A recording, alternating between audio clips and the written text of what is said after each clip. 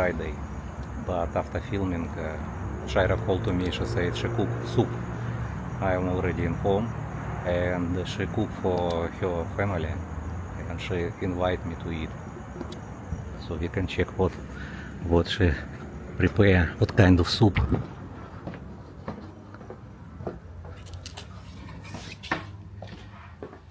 There, Shaira. Oh, Shaira, what you cook?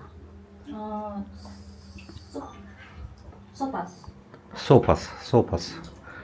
Soup with Noodles and vegetables. noodles, vegetables. Same in what is this in Where? Kokomas. In Kokomas. Same. You don't want to go to Kokomas, but you cook soup in home, same. No, Shaira, not the same. I think Kokomas different. Chicken It's- noodle soup Chicken different. noodle soup, but this one is same only thing. Okay. You can try. Where? Uh-huh.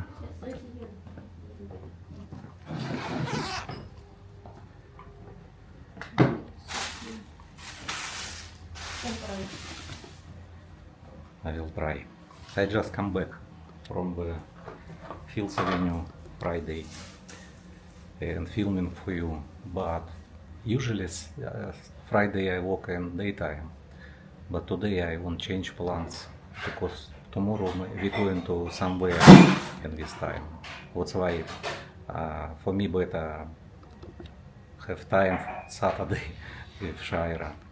That's why I filming today at night time. Okay, I will check. Yes.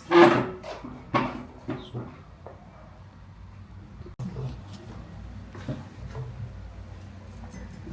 Water.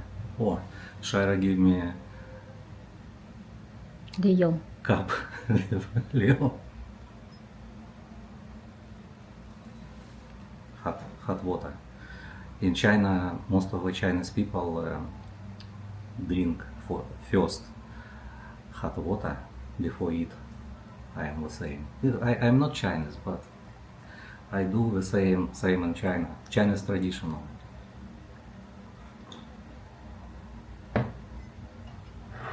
Okay, I will try chicken noodle soup.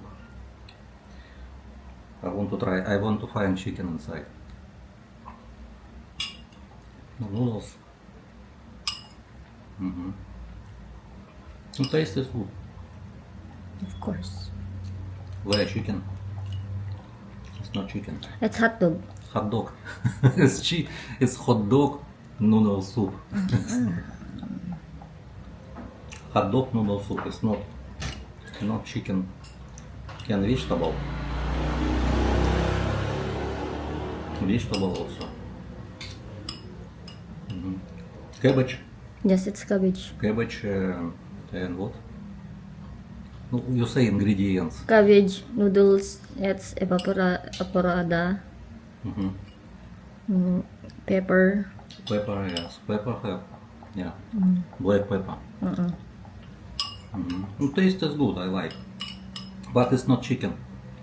This is what? Hot dog. Hot dog noodle soup. It's sopas. They said sopas. Sopas. It's depend on. Sopas is in Tagalog. It's like soup. Sopas. Soup. It's good for rainy days and cold days. But now already in the Philippines, hot season starting. So you need to eat first.